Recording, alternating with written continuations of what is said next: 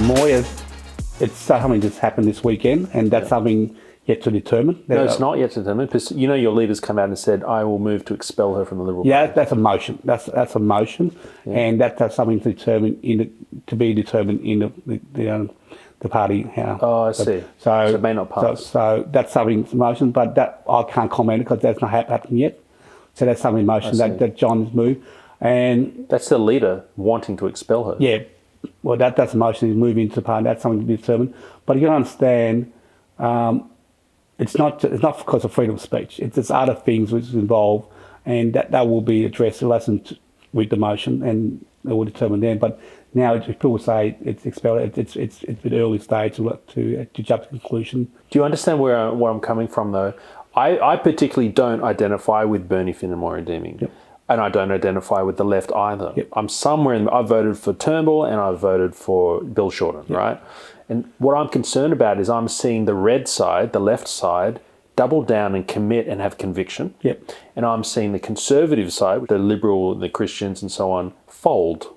They don't commit. And as soon as a bit of heat comes on, then they go, yeah, sorry, we'll expel them. Or, no, we don't stand for that. We stand for gay pride. I'm like, well, we can't all stand for gay pride. There has to be some Christian fundamentalist somewhere saying, no, we want traditional marriage. But they're all gone. They're wusses. They're weak. No. That's where an overall statement is called a statement relating to the Liberal Party. The Liberal Party, it's a broad party relating to various arguments. It's inclusive. It's involved everybody, not just far right or far left. It's inclusive. And what John's trying to do is he's expressed quite clearly in relation to, it doesn't matter what race, what religions or what faith you believe in, it's inclusive. That's what the party is. It involves everyone, and you can't have your point of view on one issues and discard all the rest. But that's not the party. The party has values which represent everyone. And that's the difference between the Labor Party and the Liberal Party, where the Liberal Party actually represents the majority, the whole community. And that's what all our members have a freedom of speech, freedom of what we express as we in the party. That's the difference between the value of the two. So people say, oh, yes, this far left have more conviction. We have conviction too, but our conviction is inclusiveness. And people might not say, oh, and you've always seen the media often emphasise on conservative, Liberal Party. That's probably part of our Liberal Party. The Liberal Party has a range of people in there with different beliefs and different convictions. And we, as a party, we include them. Every single one has an equal say in it. We don't just say your Liberal Party's far right or moderate or whatever. We actually include everybody in there. So we in the Liberal Party, we all have equal say, no matter what. So I know it's been focused. There's a couple of issues relating to have a more conservative view, and the wider community and the media, I think that we're more being focused on that. But overall, like John expressed, it's the Liberal Party. It's a bit broader than that. And there's a few sections of the party.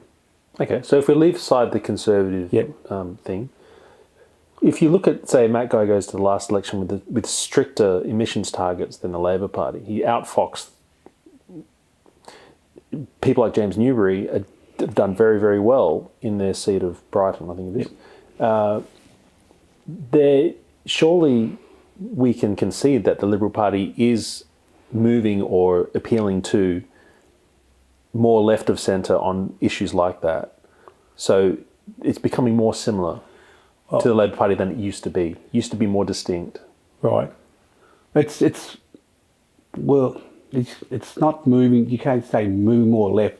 We always have been. It's a reasonable, sensible target that's we set for and objective we set for, with proper evidence behind it, and data behind it. You can't just pick a number and this is what we aim for. And it might appeal to some and look good out there, listen to it. They've got good objectives and that, but can you achieve it or not? And that's the difference between the Liberal Party and the Labor Party.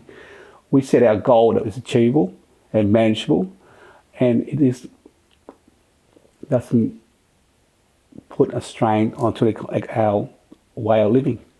So you're primarily making an argument that the Liberal Party are realistic in achieving their aims. They're not necessarily radically different aims to the Labor Party. They're just more realistic. Well, that's what life is. You can have ambition, but to put it to practice, you got to be realistic. And can you achieve it or not? Is it